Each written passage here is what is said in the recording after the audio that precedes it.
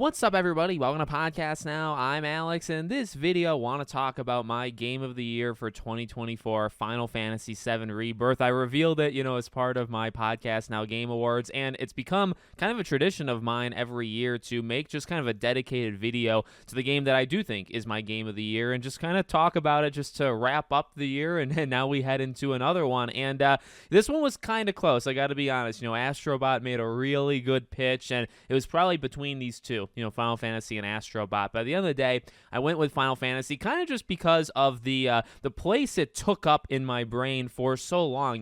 When I beat this game, it was all I was thinking about for a couple of weeks. And when a game does that, I've mentioned this kind of before in the past, it not necessarily, you could maybe say changes you, as a person, but when you think about it and when it kind of lingers with you and when you reference it, right? Like when I always bring up Sly Cooper and stuff like that, when I bring up games, when I talk about them, right?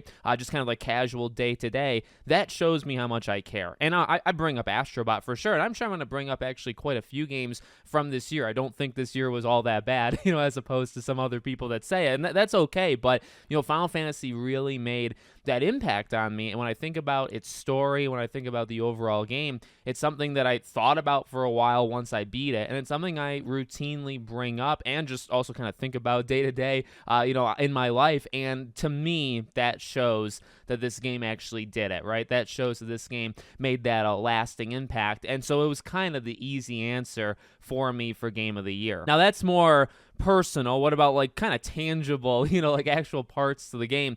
Well, I do think this is a fantastic game. I do want to actually point out, though, it's not a perfect game. I don't necessarily think almost any game is perfect, and, I've talked about it. I've actually used this game as an example of this throughout the year. An amazing game, a game of the year type game in Final Fantasy VII Rebirth can still have issues. And, this game has a big problem, I would say, with that open world bloatedness that I talk about, kind of routinely in the videos, kind of just putting things in there to extend the length. Now, there's a lot of high quality stuff in this game. Queen's Blood freaking took over my life. I sat there for hours and hours and hours, and I got really, normally when it comes to the Gwents of the world, I respect them. I think they're really cool, but I'm not into it. I'm normally not good at them. I don't kind of have like the mental power to really learn about the game, right? Like a game within a game. Sometimes I just don't want to do it, right? I can respect that it's there, but I don't want to sit and say, okay, let me learn all the rules and all the intricacies of this game within a game. I don't know, honestly, I don't know what it was about Queen's Blood. It took over. It completely won me over. I would take this game as a standalone game, and that's, again, that's not me. I don't play Gwent. Again, I can respect it, and maybe I should actually play Gwent at this point, but, I really love Queen's Blood, but I'm using that, as an example of, well, that's a big part of this game. That's something you can really get engrossed with, and there's a couple of those mini games, throughout Rebirth that if you want to dedicate some time to it, you can. You don't have to. You don't have to, but you can if you want, and I think it's really rewarding. But on the other side of things, right, things like those watchtowers, just general going around and kind of doing checklisty type things. Now, again, it's surrounded by good. The combat is always good, okay? And there's a wide variety of enemies, and some of these side things will lead to bosses or mini-bosses, and they'll be fun because it kind of surrounds you with that high quality, and it's always kind of there. You're never going too far without reaching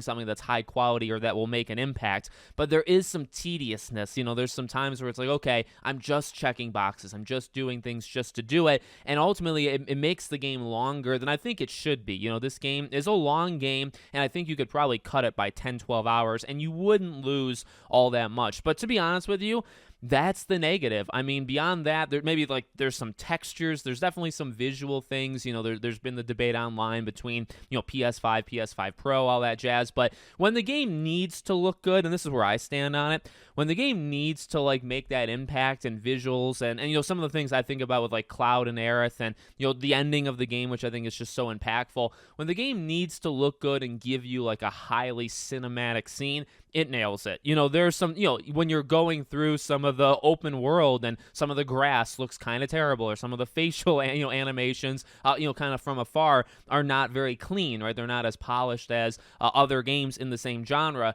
Yeah, I mean, you notice it. I'm not saying it's not there, it's not noticeable. You notice it, but when the game needs to do it and needs to leave that mark on you, it's there. You know, it's there when you need it to be there. And that's kind of it. Those are my main two weaknesses. I think this game has a phenomenal cast. You know, that's something I talked about when the game first came out. You know, Persona is oftentimes one, or even like Atlas games in general. I mean, Metaphor ReFantazio has an amazing cast too.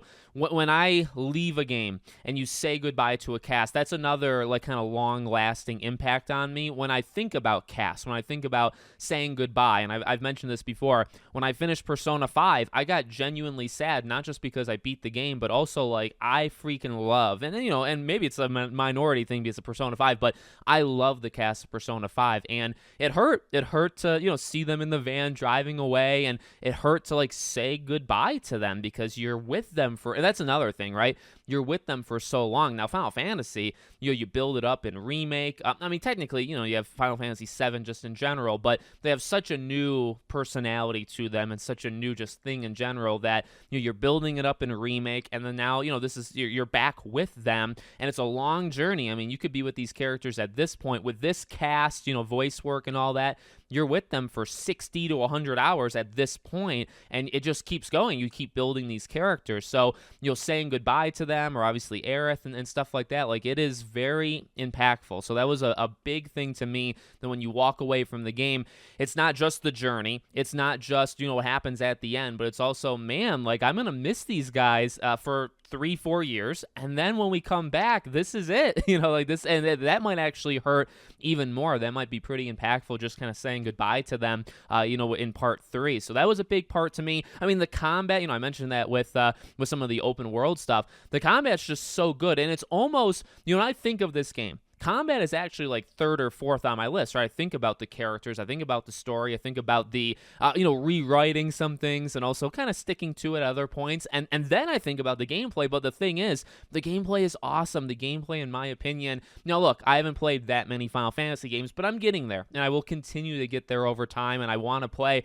all the games in the Final Fantasy, you know, franchise. But for what it's worth from me, I love it. I think it's the best combat that I've played in a Final Fantasy game. So I think they've really nailed it, and that it's always there because you're fighting so much in this game. Sometimes it's too much when you're facing like 13 boss gauntlets, you know, at the end of the, I think it's 13 different, you know, phases of the boss. That becomes too much. But, you know, beyond that, like I said, even when you're doing some things that are very checklisty, you have those moments where, okay, well, it's going to end with a fight, or the characters are just so much fun to play as too. Like, really, I would say kind of all of them, like Kate Sith, maybe 50-50. But I mean, I could play 10 hours as Aerith. I could swap over to Tifa. There's some I'm better at than others, but also, you know, you kind of get better with it as these games have progressed. I think I'm a better Final Fantasy VII player now in Rebirth than I was in Remake. Playing as these characters, kind of understanding their strengths and weaknesses, I've used that to my advantage more now than I did when I played 7 Remake. I did replay 7 Remake, and I also felt better because it's like, okay,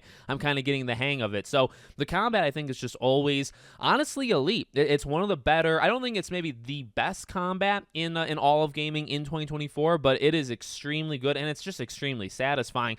You know, I mentioned the cast, but that really does go into the characters. I mean, they're so good. They're so good, and they all, because the game is long, and this actually is a testament to the game being long, they all have times to shine, right? You got Barrett's arc. You got everybody's arc. Everybody goes through something in this game, and I just think all the characters are so lovable, and again, they're kind of building that family, and even the world, you know, this is a big thing with Sephiroth, and, you know, kind of the overall plan, Genova and all that. Like, you got to care also about what's going on, whether it's politically or just in general in this world, and they do that as well. I mean, it's a big part with being more open world like in Rebirth, so I think they nailed that. And then, the story I just think is phenomenal. I'm one of the people, in case you don't know by now, I am willing to go with them, with where they're going. And I get people not willing, and I think if I was more of a diehard fan, maybe I wouldn't either, so I totally get that. But for me, it's like, I just think it's super interesting. I really do. I have confidence and hope that they're going to satisfy as many people as they can, and maybe they don't. Maybe that, I get proven wrong there. But for me right now, I'm willing to take them, through to the end. I'm willing for them to do what they did, in Rebirth, as opposed to what happens in Final Fantasy VII, and I'm willing to roll with it. I mean, obviously, I'm really directing it kind of towards the ending. I mean, and the ending is something that just, like, my jaw dropped, and I just, like, stared, and, emotional. And that's, again, something that sticks with you. Like, I'll never forget that last, like, 3-4 hours of the game. Really, Aerith and Cloud, the dream sequence, okay, that dream sequence onward,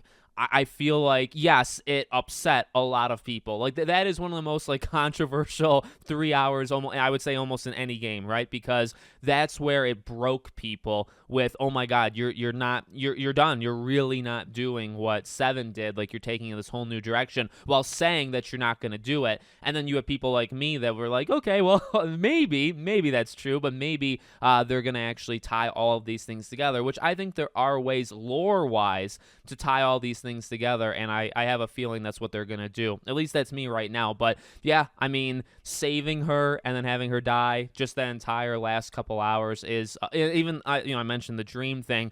It's so good, like, unbelievably good. And her saying goodbye, Sephiroth coming through, into the church, like, that is, the music is so good in that scene, and also just the music in general. I actually bought the 7 CD disc, Final Fantasy VII Rebirth soundtrack, which I don't really do that for almost any game. I think the music in this game is beautiful, whether it's themed music, to each character, or the big orchestral pieces, or just, like I said, you do a lot of fighting. The music that kind of follows you as you're fighting is iconic. It's been around for a while, some of it, right? But it's just so good. So I don't know, very well-rounded game, in my opinion. There are issues like there are with any game, and they can be, I think, bigger to some people than others. But like I said, I really, I started the video like I did on purpose. The game left an impact, okay? And a couple games left an impact, but this game left the biggest impact. And I know 2, 3, 4 years, when I'm still thinking about, the story and the cast and certain parts of this game,